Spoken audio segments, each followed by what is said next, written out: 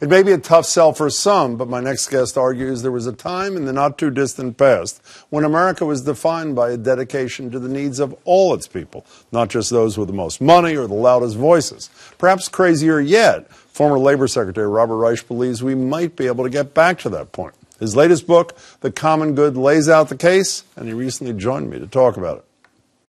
Bob, good to see you. Thanks so much for being here.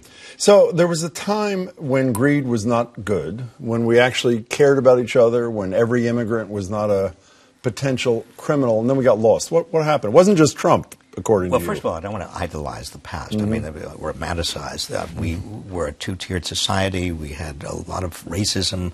Women were second-class citizens. We're talking about the 50s, 60s, early 70s. But at least we knew we were not perfect, and we strived to get our nation better. I mean, that was the Civil Rights Movement. That was the Civil Rights Act, Voting Rights Act, Environmental Protection Act, Medicare, Medicaid. I mean, things we take for granted now. So what happened? Well, I think that the forces of greed did overwhelm both politics and economics, Jim. You saw it among CEOs that went from being sort of corporate statesmen who understood that they had responsibilities to employees and their communities, to, after the corporate raiders of the 1980s, becoming just only interested in shareholder value and chasing profits and doing whatever was necessary. I mean, busting unions, doing anything. And on the political side, you also had the beginning of take no prisoners, do whatever you can do, win at any cost politics. So Trump didn't start it. He just put his foot on the pedal. Trump is the consequence of all of this. Well, when you say consequence, I could make an argument, Bob Reich, I think, that when people voted for him as the great disruptor, they were saying, I do want to get back to the common good where I am not, and he is going to lead us out of the wilderness. Or I could make the case that by voting for him, they were saying, I don't care about the common good. This guy's a different kind of guy. Which would you argue they were? Well, voting? I think that I was out in the hustings in 2015 all over America, and I kept on hearing people say, I want to shake the system up. It's not working for me. Now, they didn't get into the details of flat wages for 15 or 20 years, but a lot of people felt that the game was rigged. And that was the theme of the 2016 election on both sides. And certainly Bernie Sanders came out of nowhere. And many people, I think, surprised the establishment. And the establishment, so-called establishment, Republicans as well as Democrats in Washington, Jim, they still don't get it. They still don't get it. Democrats and Republicans. Yeah, I think a lot of, I don't want to get involved in or engage in false equivalence because the Democratic Party is much better than the Republican Party. But there is a sense that the Democrats are still drinking at the same trough as Republicans. Hillary Clinton, for example? Well, too much so. I think Hillary did, when it started, her campaign, she said, right on the day she announced, the deck is still stacked in favor of those at the top. That was about the most populist thing she said in the campaign. And then she came out with lists of policies, which Democratic candidates usually do. But that's not what people wanted. They wanted really something much more fundamental. Okay, so the common good. Give me one or two concrete examples of the road back from here to there. Civic education. What does that mean? When I was a kid in school, you actually were taught what citizenship meant, that you had responsibilities. It wasn't this cheap kind of patriotism, about saluting flags and kneeling or standing for the anthem or securing the borders. It was about showing up, paying taxes in full, sacrificing for the country, voting, but also being an active citizen, volunteering for your community. We don't do that anymore. We have to go back to civic education. We also have to, it seems to me, go back to a theory or a philosophy of leadership, both public and private sector, that's about trusteeship. In other words, part of being a successful leader, it's not just making a lot of money for you or your organization. It is actually increasing public trust in the organizations that you head. And that's gone. I mean, public doesn't trust. But you described that, and let's stay on that for a second, is almost as if it needs to be a cultural change. You mentioned shareholders before.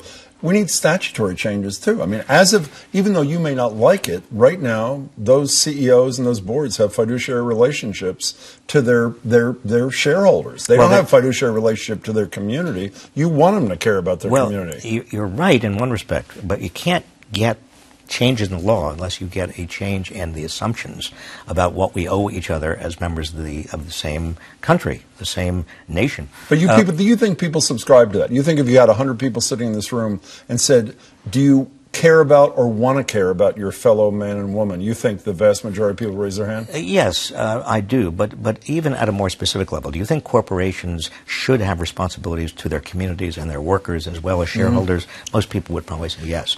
Or do you think that guns ought to be so freely available? Most people would say absolutely no. Go down the list of issues that we are dealing with today. Immigration. Do you think that all immigrants should be, or Muslims should be, people are much more reasonable. I spend a lot of time in red states, so-called, and most people actually you can have a conversation with. I mean, they're not out of their heads. I would also argue that a case before the Supreme Court on extreme political gerrymandering is a major roadblock, unless there's a decision to get rid of it, to ever achieving the common. There's almost a built-in physical infrastructure with these tortured districts that allows elected officials to be loyal purely to the biggest donor, not to the common good. Absolutely. And the same thing with all other forms of voter suppression that we see all around the country.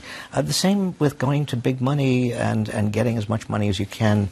We've got to get big money out of politics. There's got to be a movement to get big money out of politics. How do you do that without a constitutional amendment or a new Supreme Court? Well, the way you do it, and there are many ways of doing it. For example, ranked choice voting. You can have public money in elections. Mm-hmm. I mean, Massachusetts, I don't know what the law is right now for Massachusetts. When I ran for the primary I remember that very well. in the governorship, I mean, there was public money. There are a lot of things that states can do, the federal government can do. Here's the interesting thing. I meet, to the extent that I possibly can, with Republicans. And they tell me, particularly the very conservative ones, they don't want crony capitalism. I say, what do you mean crony capitalism? They say, I don't want big money dictating what our democracy is going to be.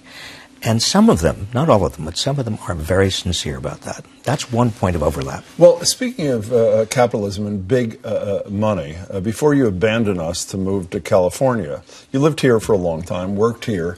Massachusetts is elevating to an art form something that I don't think you're so crazy about, spending huge amounts of public dollars to lure the GEs, $150 combined million of public funds and tax breaks. The same thing on steroids is probably going to happen to get Amazon's second headquarters. Marty Walsh and Charlie Baker, they're sitting here saying, you don't want those jobs? You don't want 50,000 jobs with Amazon? You don't want 1,000 jobs with GE, one of the most successful, well, was. Why are they wrong? It's nuts. You're not creating a single new job in this country. You're just pitting states against each other, and they're putting money in, giving it to the big companies that create these bidding wars, money that could go into education and infrastructure and job training and research, basic research.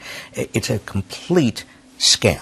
But when all those jobs come here, I'll have more money, say the advocates, for all the things you care about. It ought to be prohibited. There ought to be a federal law, tax law, that says any company that takes any amount of subsidy from any state, you're going to pay dollar for dollar in federal taxes, whatever you get. I'll vote for that. Before you go, I read your book. It appears you're hopeful, and I can't tell if you're hopeful or you pretend you're being hopeful because you want to inspire. No, Are you really? Of course I'm hopeful. Why? Based on what? Number one, I see, I teach. I spend my days with 18 to 25-year-olds. If you're not hopeful, particularly with this generation, which is the most active and I think committed generation I've come across in years, and you look at those kids, the high school kids in Florida. Yeah. I mean, you cannot, if you look ahead and you look at the young people who are coming up, they're more diverse, they're more interesting, they have deeper and deeply held values, Jim. I'm also optimistic because I know American history, and I know that we are now in a second Gilded Age. But after the first Gilded Age, we had a progressive era that was extraordinarily important. Starting in 1901, you could say extending right through up to the Second World War. We're going to have another progressive era. From your lips, Bob Reich, nice to see you. Good to see you. Thanks so much for your time.